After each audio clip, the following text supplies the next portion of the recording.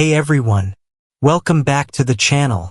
In today's video, I'll be showing you how to add a background in Framer. Step by step, updated for 2025. Whether you're creating a website, portfolio, or landing page, this guide will help you make your design look clean, modern, and professional. So, make sure to watch until the end to get everything set up perfectly. First is open your Framer on your PC. Now find the fill and adjust any solid color for your background.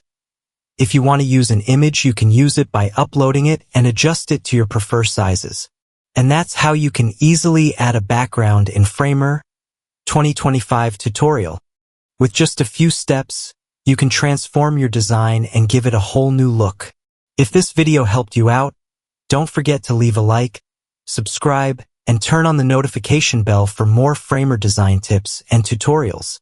Thanks for watching, and see you in the next one.